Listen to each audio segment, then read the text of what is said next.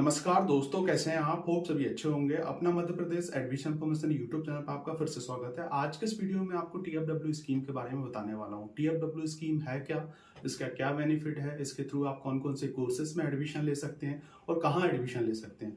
साथ ही साथ अगर आपको ये स्कीम चाहिए तो कैसे मिल पाएगी, इसके बारे में भी आज मैं आपको बताऊंगा। अगर आपने अभी तक इस यूट्यूब चैनल को सब्सक्राइब नहीं किया है, सपोर्ट नहीं किया है, तो प्लीज़ इसको आप सपोर्ट करें। सिर्फ वीडियो को देखा ना करें, लाइक करें और अपने दोस्तों के साथ शेयर जरूर कीजिएगा।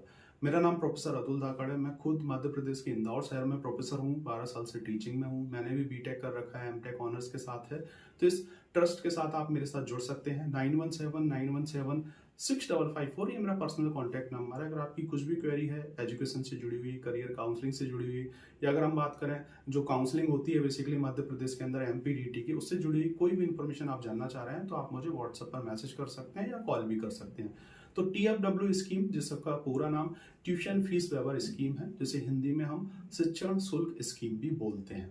तो देखिए, अगर हम बात करें भारत के अंदर और स्पेशली अगर हम बात करें मध्य प्रदेश में भी, तो जो टेक्निकल कोर्सेस होते हैं जैसे कि बीटेक, बी फार्म और भी बहुत सारे कोर्सेस होते हैं, तो ये जो कोर्सेस होते हैं ये महंगे कोर्सेस माने जाते हैं। मतलब इनमें फीस ज़्यादा होती है बेसिकली। अगर आप देखेंगे जैसे कि बीटेक के अंदर ब्रांच वाइज फीस होती है। जैसे सीएस की अगर आप देखेंगे तो कहीं आपको 80,000, कहीं जो है आपको 1 लाख, 1.5 लाख, 2 लाख, 3 लाख ऐसी फीस देखने को मिलेगी। क्यों फीस ज़्यादा होती है? इसलिए ज़्यादा होती है क्योंकि देखिए बेटा, इसमें जो है आपको लैब्स होती हैं, कंप्यूटर सेंटर्स होते हैं, ट्रेनिंग दी जाती है प्रॉपर। इसके अलावा आपको प्लेसमेंट की तैयारी कराई जाती है, फिर जॉब भी दी जाती है और अच्छा पैकेज भी लगता है आपका। तो डेफिनेटली एक सिक्योर जॉब आपको मिलती है, ओवरऑल डेवलपमेंट आपका होता है और जो आप पैसा इन्वेस्ट कर रहे हो वो सही जगह जाता है बेसिकली, और उसका आपको जो है रिटर्न मिलता है। तो इसलिए ये कोर्स महंगे माने जाते हैं, जिसमें बीटेक, बी फार्म और भी बहुत सारे कोर्सेज हैं। जैसे कि एमबीबीएस है तो डेफिनेटली आप जानते होंगे कितना महंगा कोर्स है। तो अगर आपको जैसे कि बीटेक में एडमिशन लेना है, बी फार्म में एडमिशन लेना है, जहां भी आपको लेना है, जैसे कि भारत के जिस भी आपको कॉलेज में लेना है, या अगर हम बात करें मध्य प्रदेश में भी बहुत सारे गवर्नमेंट कॉलेज हैं, प्राइवेट कॉलेज हैं, तो इसमें जो टोटल सीट होती हैं ब्रांच वाइज, जैसे कि सीएस ब्रांच की अगर हम बात करें किसी कॉलेज में पर्टिकुलर, जैसे कि 60 सीट है, तो 60 सीट में जो है 60 सीट के हिसाब से उसका 5% जो है सीट एक्स्ट्रा मिलती है। एआईसीटी के अकॉर्डिंग जो है पूरा ये सिस्टम डिफाइन किया है टीएफडब्ल्यू का। तो जो 5% सीटें एक्स्ट्रा मिलेंगी, जैसे 60 पे जो है 3 सीटें आपको एक्स्ट्रा मिलेंगी, तो जो 3 सीटें जाएंगी वो टीएफडब्ल्यू के लिए मिलती हैं। तो इसके लिए भी कुछ रूल्स रेगुलेशन बनाए हैं एआईसीटी ने, जैसे कि आपकी जो पिछले साल की सीट है कॉलेज की 50% से ज्यादा भरी होना चाहिए, ठीक है ना। एक रूल ये है, तभी जो है टीएफडब्ल्यू कोटे की सीट मिलती है हर एक कॉलेज को। एक तो ये हो गया। दूसरा ये है कि अगर आपको जैसे मध्य प्रदेश के किसी कॉलेज में एडमिशन लेना है, गवर्नमेंट कॉलेज में, प्राइवेट कॉलेज में, तो आपको जैसे मध्य प्रदेश की काउंसलिंग में पार्टिसिपेट करना पड़ेगा, एमपीडीटी की काउंसलिंग, और मध्य प्रदेश वाले बच्चों को ही जो है टीएफडब्ल्यू स्कीम मिल पाएगी। अदर स्टेट जो है, जैसे सेंट्रल लेवल की अलग होती है, लेकिन स्टेट वाइज जो काउंसलिंग होती है उसके लिए जो है सिर्फ स्टेट के स्टूडेंट्स ही जो है उस सीट को ले सकते हैं। तो जिसमें आपको जो है मध्य प्रदेश का जो डोमिसाइल है, जो अगर हम बात करें स्थानीय निवासी जो होता है वो लगता है, सर्टिफिकेट आपको लगेगा, साथ ही साथ इनकम लगने वाला है।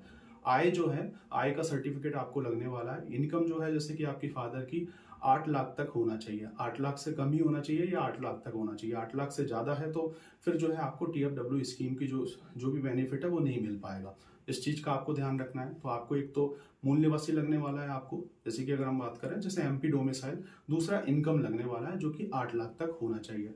ये 2 डॉक्यूमेंट्स आपको लगेंगे। तीसरा जो है, अगर आप स्टेट की, जैसे मध्य प्रदेश में अगर आप पार्टिसिपेट करना चाह रहे हैं काउंसलिंग में, तो वो सीट सिर्फ मध्य प्रदेश के स्टूडेंट्स के लिए रहेगी और सीट की संख्या कम होती है, ज्यादा नहीं होती है। इस चीज का भी आपको ध्यान रखना है कि हर किसी को ये सीट मिल जाए तो ये भी पॉसिबल नहीं है, ठीक है ना। तो ये जो आप समझ पाए होगे इसके बारे में। अब इसका बेनिफिट क्या है, जैसे कि किसी कॉलेज की फीस 1 लाख है तो उसमें ट्यूशन फीस सबसे ज्यादा होती है। जैसे कि किसी कॉलेज की 1 लाख फीस है तो अराउंड आप मान के चलिए 70,000 हो सकता है कि उसकी ट्यूशन फीस हो, 15,000 बस चार्जेस हो, थोड़ा बहुत डेवलपमेंट चार्जेस हो, तो जो ट्यूशन फीस है वो पूरी माफ हो जाती है। मतलब आपको सिर्फ जो है 20-30 25-30 हजार रुपए समथिंग देना होते हैं। बस वगैरह अगर आप लेना चाहें तो ले सकते हैं, नहीं लेना चाहें तो नहीं ले सकते। अलग अलग कॉलेज की अलग अलग होती है फीस के अकॉर्डिंग। ये जनरली जो टोटल फीस होती है उसी के अकॉर्डिंग होती है। तो ट्यूशन फीस आपकी इसमें माफ हो जाती है। बाकी बस का चार्जेस आपको लगेगा, इसके अलावा डेवलपमेंट चार्जेस होते हैं, इसके अलावा जैसे कि आपके जो भी अदर चार्जेस होते हैं वो सब लगने वाले हैं, एग्जाम के चार्जेस, ये सब चीजें आपको देना होंगी। सिर्फ ट्यूशन फीस आपकी माफ हो जाएगी अगर इस स्कीम के थ्रू आपको सीट मिलती है तो। ठीक है ना। अब देखिए इस सीट को लेने के लिए जैसे कि अगर आपको मध्य प्रदेश की काउंसलिंग में पार्टिसिपेट करना है ना, अगर आप मध्य प्रदेश के मूल निवासी हैं, एमपी डोमिसाइल है, सर्टिफिकेट है, काउंसलिंग में आपने पार्टिसिपेट कर लिया, तो जितने भी जो अच्छे कॉलेज हैं, गवर्नमेंट कॉलेज हैं, टॉप के प्राइवेट कॉलेज हैं, उन सब में जो सीट मिलेगी आपको जेडबलई मेंस के थ्रू मिलने वाली है। जेडबलई मेंस में बिल्कुल ये मान के चलिए सबसे हाई आपका जो है रैंक होना चाहिए। जो नॉर्मल सीट मिलती है उससे ऊपर जाती है इसका कट ऑफ, आप ये मान के चलिए। तो डेफिनेटली ये सीट मिलना आसान भी नहीं है। ये मैं सब चीज़ें इसलिए बता रहा हूँ ताकि आप अभी से जो है जैसे जेडबलई मेंस में अच्छा स्कोर कर पाएं। और ये कॉलेज के ऊपर भी डिपेंड होती है, ब्रांच के ऊपर भी डिपेंड होती है। जैसे कि अगर आपको सीएस ब्रांच चाहिए तो डेफिनेटली उसमें रैंक ज़्यादा लाना पड़ेगी जेडबलई मेंस में। अगर आपको मैकेनिकल सिविल चाहिए तो कम में भी आपका काम हो जाएगा। कॉलेज के ऊपर भी डिपेंड होती है। अगर आपको जैसे कि इंदौर का SGSITS कॉलेज है जो कि गवर्नमेंट कॉलेज है, उसमें सीट चाहिए तो डेफिनेटली वहाँ पे आपको रैंक अच्छी लगने वाली है। और किसी प्राइवेट कॉलेज में चाहिए तो वहाँ पर रैंक आपको कम लगने वाली है। तो इस चीज़ का भी आपको ध्यान रखना है। एक तो ब्रांच के ऊपर ये सीट डिपेंड होती है। जितनी अच्छी ब्रांच होगी, CS ब्रांच में लेना है तो आपका रैंक अच्छा होना चाहिए, ज़्यादा कट ऑफ जाएगा। दूसरी चीज़ जो है आपके कॉलेज के ऊपर भी डिपेंड होता है। जितना अच्छा कॉलेज होगा उतना रैंक अच्छा जाएगा, ठीक है ना। और सीटें बहुत कम परसेंट होती हैं, 5% टोटल सीट होती है। जो टोटल सीट होती है उसका 5% एक्स्ट्रा जो है सीट मिलती है। तो होप आप इस चीज़ के बारे में समझ पाए होंगे। तो एक स्कीम है जिसके थ्रू अगर आपको मिल जाता है, और आपका अगर जैसे फाइनेंशियल कंडीशन अच्छी नहीं है तो इस स्कीम के थ्रू आप पढ़ सकते हैं, एडमिशन ले सकते हैं। बहुत से बच्चे हर साल एडमिशन लेते हैं, पढ़ रहे हैं अलग अलग कॉलेज में, गवर्नमेंट कॉलेज में, प्राइवेट कॉलेज में, और अपना जो बीटेक है, जो भी B.Pharm कोर्स है, कंप्लीट करते हैं बहुत ही कम खर्चे के साथ। और फिर फाइनल ईयर में जाकर प्लेसमेंट लेके कहीं प्लेस ले लेते हैं, मतलब प्लेसमेंट हो जाता है बेसिकली। तो ये स्कीम है। स्कीम के बारे में मैंने आपको पूरा जो इन्फॉर्मेशन दी है, होप आप इसके बारे में जान पाए होंगे। और अगर आपको ये वीडियो अच्छा लगा हो तो लाइक ज़रूर कीजिएगा और प्लीज़ सपोर्ट करें, सब्सक्राइब करें। 91765554 ये मेरा पर्सनल कॉन्टैक्ट नंबर। अगर आपकी कुछ भी क्वेरी होती है आप मुझे पर्सनली जो है कॉन्टैक्ट कर सकते हैं। Thank you for watching this video.